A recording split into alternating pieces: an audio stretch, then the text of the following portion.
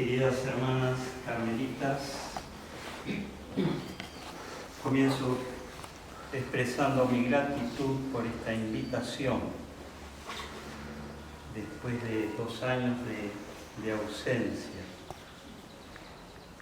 con ocasión de celebrar mis 50 años de sacerdocio, y muchos de esos años, unos 43, tuvieron vinculación con este Carmelo. El 50º aniversario de mi ordenación sacerdotal me brinda la oportunidad de presidir esta Eucaristía. Lo mismo que hace 50 años, este aniversario coincide con el inicio del Adviento. Entre el Adviento del Señor, precedido por la paciente espera de los siglos y la misión de toda la Iglesia, existe un vínculo estrecho, puesto que la Iglesia tiene como finalidad preparar la venida del Señor, mostrando a los hombres la meta final de la historia y el destino de eternidad que nos aguarda. La liturgia del Adviento, en sus prefacios, oraciones y lecturas, nos enseña a distinguir diversas venidas o advientos de Cristo. Oímos hablar de un adviento histórico, vaticinado y alentado por los profetas de Israel, y que se cumplió cuando el Hijo Eterno de Dios vino en la humildad de nuestra carne para abrirnos el camino de la salvación. Y también se nos habla de un adviento escatológico o segunda venida en gloria y majestad en la culminación de la historia. Venida que Cristo anuncia en el Evangelio de hoy, abriendo paso así al cielo nuevo y la tierra nueva. Pero en medio de uno y de otro mencionamos un adviento espiritual, adviento cotidiano, que debemos descubrir con los ojos de la fe. Porque Jesús está viniendo en los acontecimientos ordinarios y extraordinarios de la historia y de nuestra vida personal y familiar. Y nos sigue exhortando a la vigilancia, a la sobriedad, a la oración incesante, como también oímos en el Evangelio de esta misa. La misión de la Iglesia es prolongación de la misión de la Santísima Virgen María, quien nos trajo al Salvador del mundo. Lo mismo que ella, la Iglesia fecundada por la presencia del Espíritu Santo prometido, tiene la misión de ponerse totalmente al servicio de la encarnación redentora, para hacer posible que Jesús, alegría del mundo, siga naciendo en los corazones de los fieles. Por esto mismo, con honda intuición, una gran carmelita, Santa Isabel de la Trinidad, decía en una carta a un seminarista: me entusiasma este pensamiento. La vida del sacerdote y de la carmelita es un adviento que prepara la encarnación en las almas. Las palabras proféticas que emplea el Señor para hablar de su venida final están llenas de símbolos tomados de los fenómenos naturales y de las catástrofes que más temor infunden a los hombres. Jesús distingue entre estos fenómenos aterradores y su venida en gloria. Los primeros son señales de alerta, avisos previos de su parucía, signos que los hombres no saben interpretar en su sentido profundo. Él invita a no quedar paralizados por el miedo y a no dejarse aturdir por los excesos, la embriaguez y las preocupaciones de la vida, para que ese día no caiga de improviso sobre nosotros.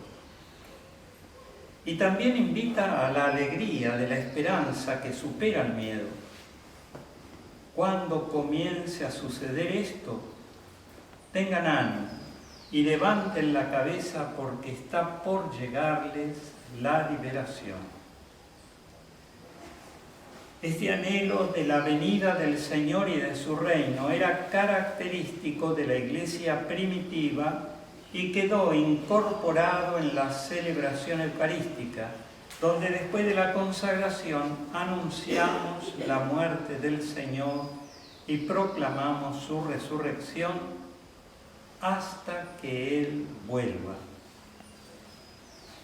También después del Padre Nuestro recordamos la gloriosa venida de nuestro Salvador Jesucristo.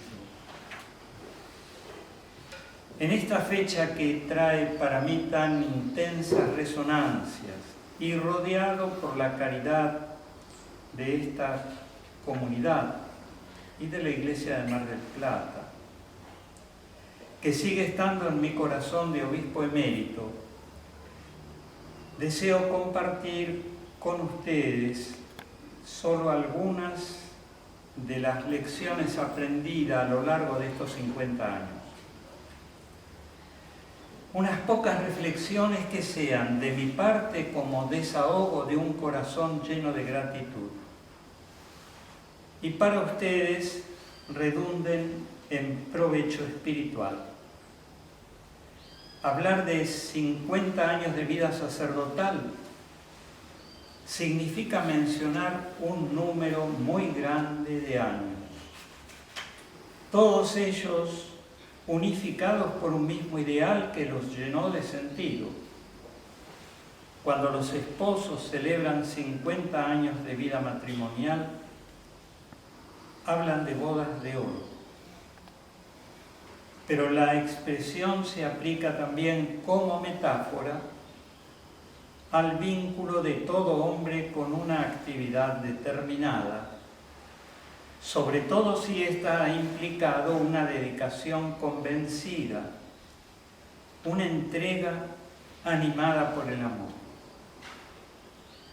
Y de esto se trata por excelencia en una vocación sacerdotal. A lo largo del tiempo, en estos 50 años, día tras día, año tras año, como sacerdote primero y como obispo después, tuve el oficio de representar a Cristo, cabeza y esposo de la Iglesia. Y por tanto, mi servicio debió ser un oficio de amor. Este es el lema con que he procurado servir a la Iglesia y que, inspirado en San Agustín, quise explicitar en mi ordenación episcopal. Oficio de amor. Porque un sacerdote debe generar esponsalidad. Trabaja para que la comunidad que le confiaron corresponda al inmenso amor de Cristo con el amor de una esposa siempre fiel. A semejanza de San Pablo, debe estar en condiciones de poder decir lo mismo que él escribía en la segunda carta a los Corintios. Yo estoy celoso de ustedes, con el celo de Dios, porque los he unido al único esposo, Cristo, para presentarlos a Él como una virgen pura. Todo sacerdote que vive inmerso en la tarea pastoral, al mismo tiempo que enseña a interpretar los signos de Cristo, que viene sin cesar, también aprende del contacto con el pueblo de Dios. Al acercarse a la vida de los hombres con sus luchas y dolores, sus alegrías y esperanzas. ¿Cuántas veces en la pastoral ordinaria me encontré con el equivalente existencial de los signos apocalípticos mencionados por Jesús? El miedo y la angustia, la oscuridad y el oleaje de las adversidades personales y sociales son parte inevitable del panorama cotidiano en la vida de un ministro de la Iglesia. Desde los años en que era un joven seminarista, he pedido al Señor la gracia de saber escuchar y consolar a las personas concretas que Dios en su providencia iba a confiar.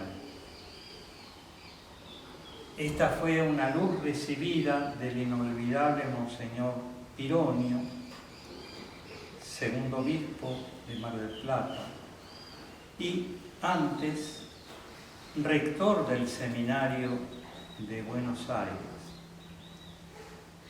Cuando todavía estábamos dando los primeros pasos en nuestra vocación, él nos enseñaba a orar por todos aquellos que Dios pondría en nuestro camino.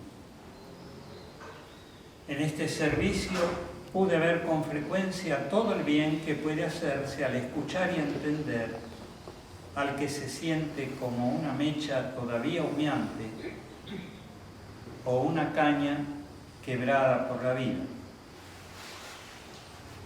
Es muy claro para mí que al verme obligado a predicar y consolar a otros, me sentí también yo impulsado a ir siempre más a fondo en la comprensión del Evangelio que predicaba. Al cumplir esta misión se reciben luces nuevas, porque las situaciones concretas son el campo donde el Espíritu Santo recuerda interiormente las palabras de Jesús y actualiza su sentido. No se trata de un ahondamiento solo intelectual, sino de un saber vinculado con los misterios que administramos. El contacto vital con las fuentes de la gracia y la experiencia que se adquiere por el trato con las almas otorgan una sabiduría que también se nutre en el libro que es la vida. Aprendí que lo mejor que tiene la Iglesia no siempre brilla desde el candelero, sino que arde en forma oculta a nuestros ojos, pero que está patente a los ojos de Dios. Hombres y mujeres de distintas edades y de variadas formas de presencia en el tejido social exhalan el grato incienso que agrada a Dios con el discreto testimonio de sus vidas. Son aquellos que son capaces de perseverar en medio de increíbles pruebas, cuando las buenas noticias no abundan. Los que creen sin ver, los que como Abraham creen y esperan en Dios contra toda esperanza humana y saben amar con un heroísmo cotidiano que solo Dios conoce. Pude también contemplar las maravillas de la gracia divina ante situaciones que exigían heroísmo sin rebajar las exigencias del Evangelio. Hombres y mujeres capaces de sacrificar gustos y ventajas humanas con tal de no perder la perla de gran valor o el tesoro escondido en un campo. Podría seguir largamente, pero ya es momento de dar gracias a Dios por la vida que me hizo vivir y por los caminos por donde me hizo transitar. Algunas veces caminos de vértigo, como quien se encuentra en una cornisa al filo del abismo. Otras veces en un túnel oscuro con apenas la luz suficiente para el siguiente paso. Pero también por senderos de mucha paz y alegría interior, sintiendo que nada me faltaba, guiado por el buen pastor, hacia el descanso de verdes praderas y aguas tranquilas. Para un sacerdote, la celebración de este aniversario tan significativo no puede ser otra cosa que pura alabanza de Jesucristo, sumo y eterno sacerdote. Hago mías las palabras de San Pablo, porque no nos predicamos a nosotros mismos, sino a Cristo Jesús el Señor. Y nosotros no somos más que servidores de ustedes por amor de Jesús. Está en juego la gloria del Señor antes que la del servidor. Se festeja al gran Rey antes que al borrico con el cual entró en Jerusalén.